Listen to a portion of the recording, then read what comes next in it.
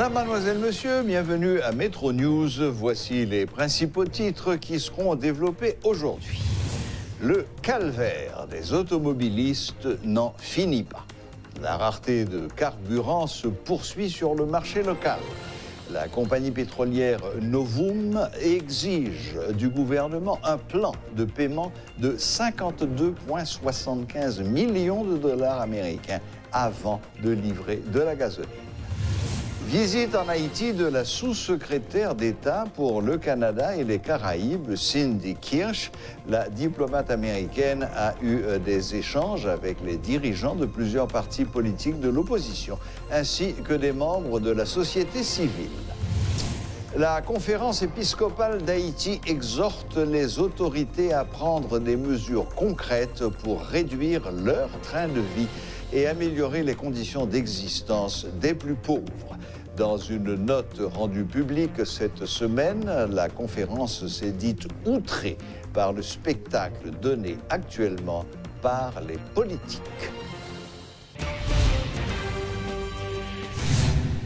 La pénurie de carburant, notamment de la gasoline, persiste dans le pays.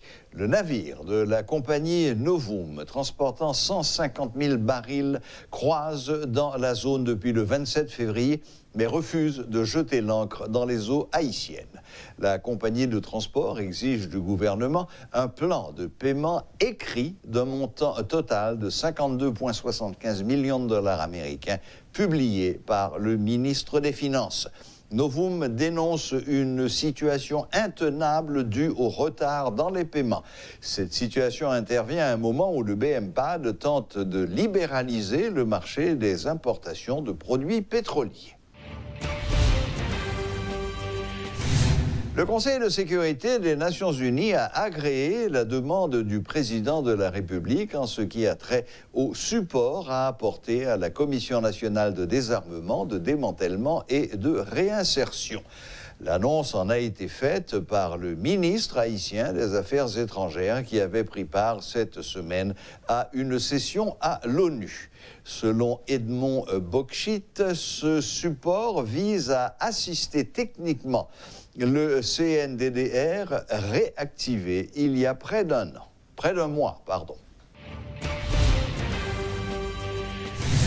La sous-secrétaire d'État pour le Canada, Haïti et les Caraïbes, Cindy Kirsch, a poursuivi le jeudi 4 avril sa mission en Haïti avec une rencontre avec le chef de la police nationale, Michel-Ange Gédéon. Madame Kirsch a rencontré le directeur général de la police nationale d'Haïti, Michel-Ange Gédéon, et les jeunes explorateurs pour discuter des problèmes de sécurité en Haïti, notamment la lutte contre la violence des gangs. La sécurité et la stabilité sont des éléments clés pour une Haïti sécuritaire et prospère, précise l'ambassade américaine. Hier, l'officiel américain avait eu des échanges avec les dirigeants de plusieurs partis politiques de l'opposition. Lors de cette rencontre entre Mme Kirsch et des représentants de plusieurs partis politiques, des membres de la société civile, les thématiques liées aux efforts continus d'Haïti pour renforcer l'état de droit, la bonne gouvernance et la lutte contre la corruption afin d'assurer la stabilité politique et économique ont été abordées, précise l'ambassade. Par ailleurs, la sous-secrétaire d'État et l'ambassadeur Sisson ont rencontré hier l'ambassadeur de Taïwan en Haïti, M. Guillaume Cheng Hao-Hu. Il s'agit de, je cite, « renforcer notre engagement commun en faveur d'une croissance économique durable, d'une bonne gouvernance et d'une société civile dynamique pour répondre aux besoins et aux aspirations du peuple haïtien », a précisé l'ambassade des États-Unis. La conférence épiscopale lance un appel à toute la société une semaine environ après le naufrage d'une embarcation de migrants haïtiens dans la zone de Turks and Caicos qui a fait 17 victimes. Se disant outrés par le spectacle donné actuellement par les politiques qui semblent, nous citons la note, se contenter uniquement de gérer leur pouvoir sans jamais tenir compte des promesses qu'ils ont faites pour être élus, La conférence rappelle qu'elle a exhorté les responsables à prendre des mesures concrètes pour réduire leur train de vie et améliorer les conditions d'existence des plus pauvres. Par ailleurs, la conférence épiscopale d'Haïti encourage vivement l'ensemble de la société à réagir et à ne pas rester insensible face au spectacle de ces migrants haïtiens qui meurent atrocement en tentant de quitter le pays pour trouver un avenir meilleur. Haïti, c'est notre affaire. Ne devenons pas insensibles à son sort.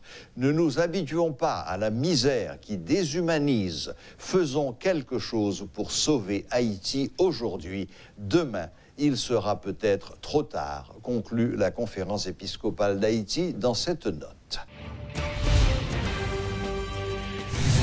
La sociologue Michèle Auriol réclame que les politiques fassent preuve d'un véritable esprit de sacrifice dans le cadre du dialogue. Invitée ce vendredi à la rubrique Le Point, elle s'est dite alarmée par l'état de déconstruction dans lequel se trouve la société haïtienne. Selon Madame Auriol, il est temps que le monde politique s'entende pour doter le pays d'une constitution fonctionnelle de manière à stabiliser le pays. Puis l'élection d'Aristide de 2000, c'est toujours des petites réunions dans les hôtels avec des partis politiques, etc., pour essayer de faire passer un certain nombre d'intégrer un certain nombre de personnes à l'appareil politique. Et moi, je crois que c'est exactement la question qui est centrale aujourd'hui. Et d'une certaine façon, je pense que c'est important de gérer cette question-là. Moi, je ne l'appellerais pas un dialogue, c'est une négociation politique. On a fait on a vu pendant 30 ans la Constitution de 87 en œuvre. Mon ami Georges Michel ne serait pas d'accord avec moi, mais elle a vraiment montré qu'elle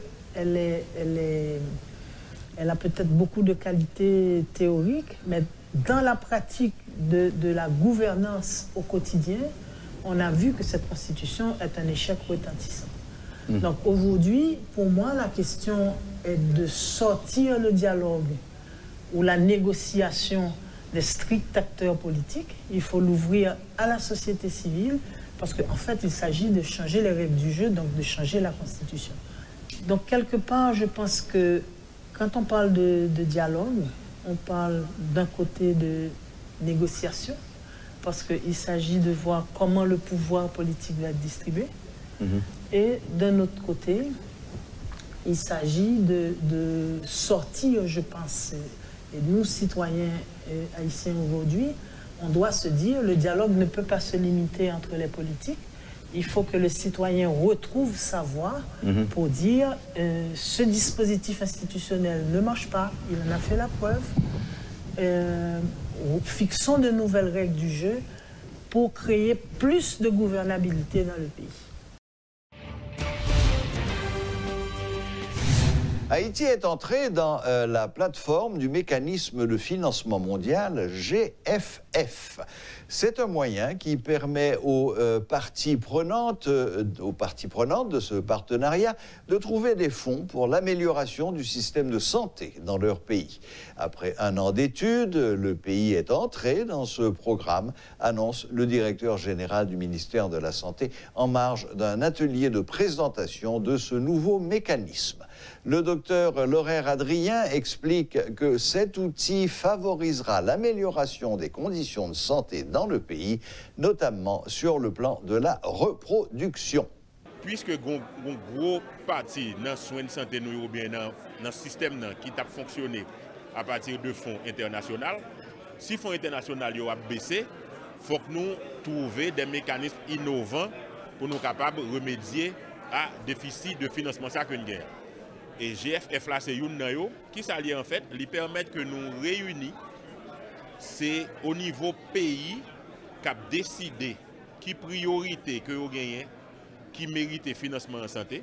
Et avec tout partenaire qui déjà a investi dans la santé, nous allons jeter ensemble pour nous dire tout le monde, mais qui priorité que nous gagnons, mais qui côté que nous voulons aller, mais qui ça nous besoin pour nous arriver côté nous voulons aller. Et chaque monde qui gagne comme cap mettre dans le système, mais qui côté pour mettre, mais qui gens pour nous dépasser. Autrement dit, ce n'est pas l'autre COP qui va venir, c'est une nouvelle façon pour nous utiliser mieux COP que nous qu'on mettait dans le système. Donc, le ministère voulait qu'on y a là, avec le mécanisme GFF, là, avec partenaires qui de nous mettre en place, coordonner bagaille de façon à ce que là, nous décider que c'est dans la santé maternelle que nous avons fait des actions et que tout le monde qui a investi dans la santé maternelle, il vient chita, bon tabla, pour dire, mais qui ça me gagne, mais qui ça me va le faire et mais qui j'en nous va le faire. Nous-mêmes, selon indicateurs nous choisissons bâtir dossier d'investissement autour de santé maternelle, néonatale, adolescent et nutrition. Donc, nous choisissons ça. Chaque pays qui est impliqué a choisi un dossier d'investissement selon le problème spécifique qu'il y a dans le pays. Donc, nous connaissons toute mortalité maternelle, les gens dans pays élevé dans l'hémisphère là. Donc, c'est normal que si nous avons réfléchi pour une politique d'amélioration de la qualité des services, que santé de la reproduction, les venir parmi une première priorité que nous avons. L'artiste québécois d'origine haïtienne, Wesley Louis Saint, connu sous le nom de Wesley, vient d'être récompensé de nouveau. Il a reçu un nouveau prix, le Juno Awards 2019, catégorie musique du monde, pour son 6e album. Dans une interview accordée à Métropole, l'artiste a fait remarquer que ce prix équivaut au BMY Awards des États-Unis.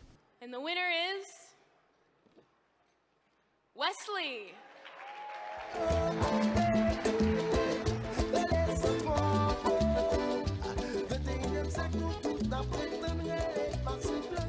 Je me sens vraiment très bien parce que on connaît que moi t'ai gagné prix ça étant que haïtien. Surtout parce que je pensais à Haïti quand j'ai gagné ce prix parce que je dis que Haïti a besoin de quelqu'un qui gagne des prix comme ça.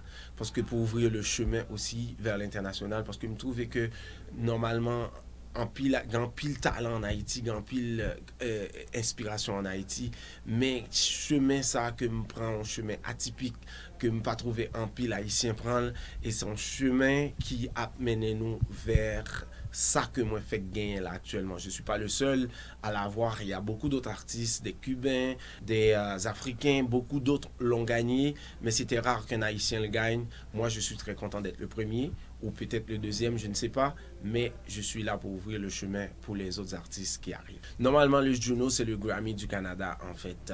C'est comme le niveau de compétition est vraiment haute. Tu vois, c'est pas comme La Voix où il y a 10 finalistes ou 20 finalistes. Au Juno, tu vois, il y a des finalistes et des finalistes. Ils ont supposé de retirer des gens pour finir avec 5 personnes, 5 artistes vraiment de calibre de haut niveau. Mais moi, même pas de penser gagner parce que artistes que je en compétition avec eux, sous 168 à peu près soumission, ils ont sélectionné 5. C'est la crème de la crème. Même penser que je suis arrivé là pour me gagner, je pensais juste nominé, c'était vraiment un bagage exceptionnel pour moi que je suis nominé parmi tous les finalistes. Mais finalement, l'homme vient gagner. J'étais très surpris en fait parce que je n'ai pas vraiment préparé discours. Parce que je remarque à chaque fois que je prépare les discours, je suis devenu perdant. Alors pour cela, je dis écoute, je prends ça vraiment relax. Je vais aller vraiment à l'improvisation. Mais finalement, je pense que après l'avoir entendu, Wesley, en fait, je me sens soulagé. En même temps, je commençais à danser. Puis, quand je monte sur la scène, je me demandais, OK, qu'est-ce que je vais dire? OK, je faisais des brainstorms pour voir ce que je vais dire sur la scène. Mais je me suis bien sorti, en fait. C'était vraiment bien. J'étais vraiment content de faire expérience ça. Même pour une fois, au moins, je vais apporter ces expériences avec moi toute ma carrière et cette expérience aussi apporter à Haïti. Voilà. I have one last thing to say. I want to dedicate this award to my country, Haiti. Thank you so much. Voilà, la boucle est bouclée. Merci de nous rester fidèles. Excellent week-end à toutes et à tous. Et à la prochaine même heure, même chaîne.